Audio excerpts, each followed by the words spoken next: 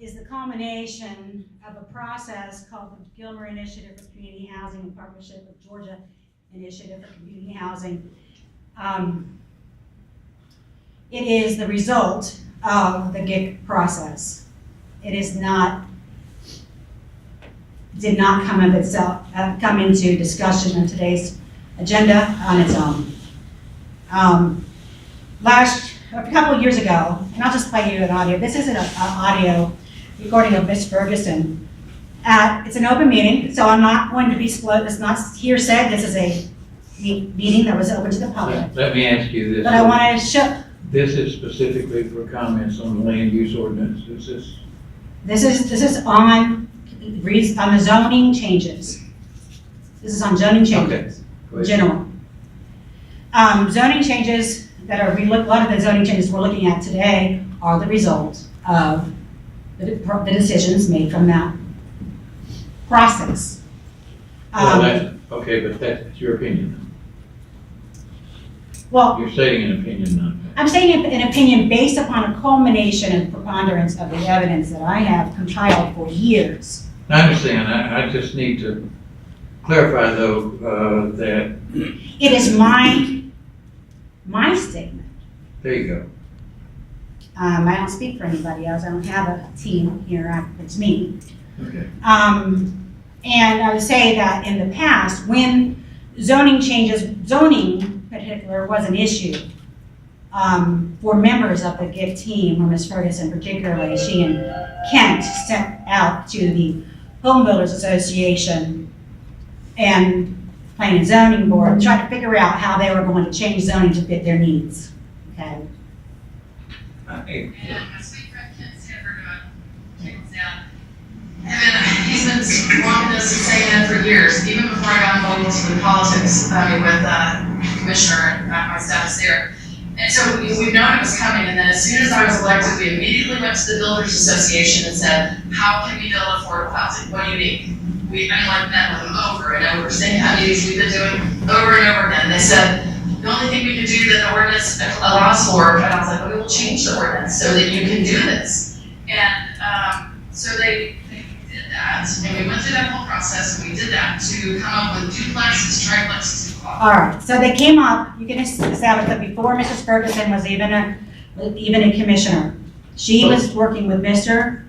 Sanford to preemptively change zoning. So that the day she held office, she went to the Home Builders Association board with him to get those stumbling blocks removed. Let me tell you what I think I just heard, though.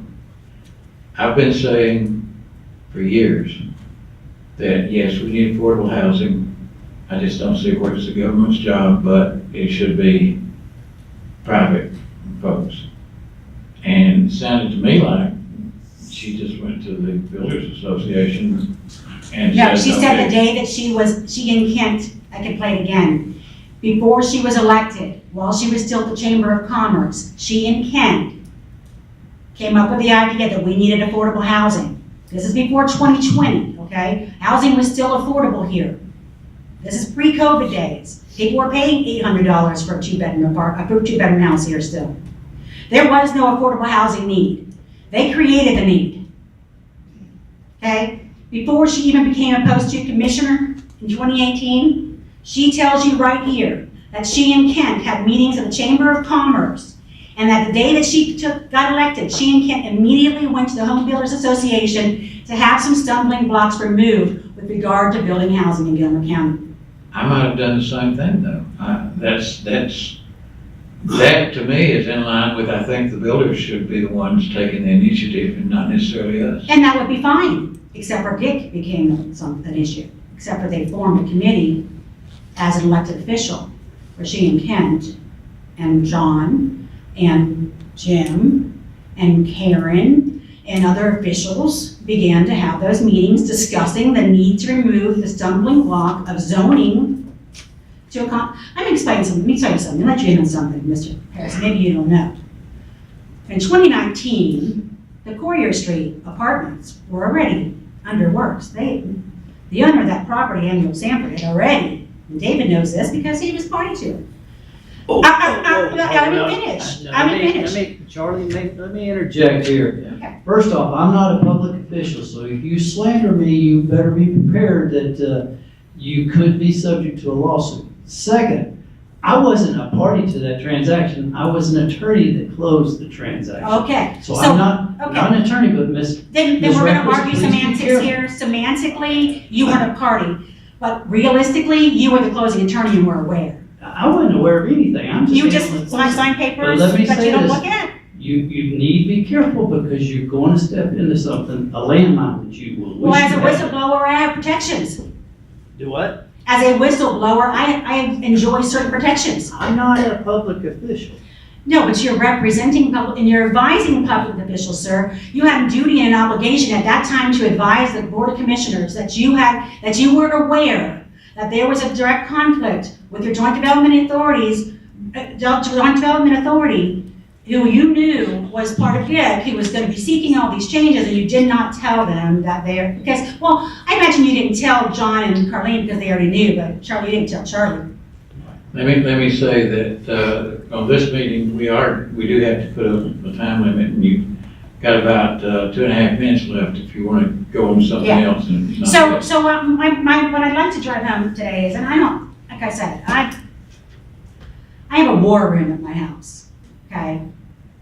I'm not worried about being called a slanderer, because what I have to say, I have documentation to back up, okay?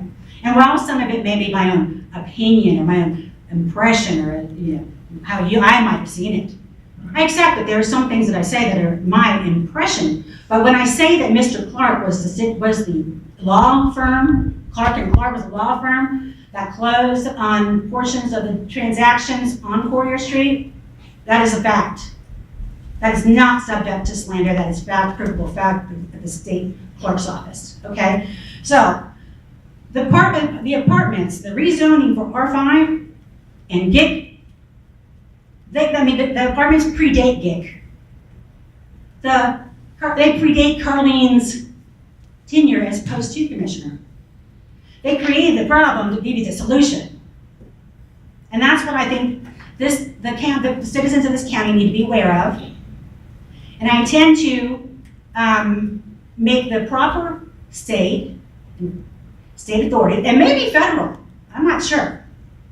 Proper authorities made in the state, and the GBI may be aware of the illegal, what I perceive as illegal based upon ordinances, our own local ethics ordinance and conflicts ordinances, and a preponderance of all the evidence that they can decide for themselves what is here or not here. But I tell you that if this board moves forward with rezoning, approving the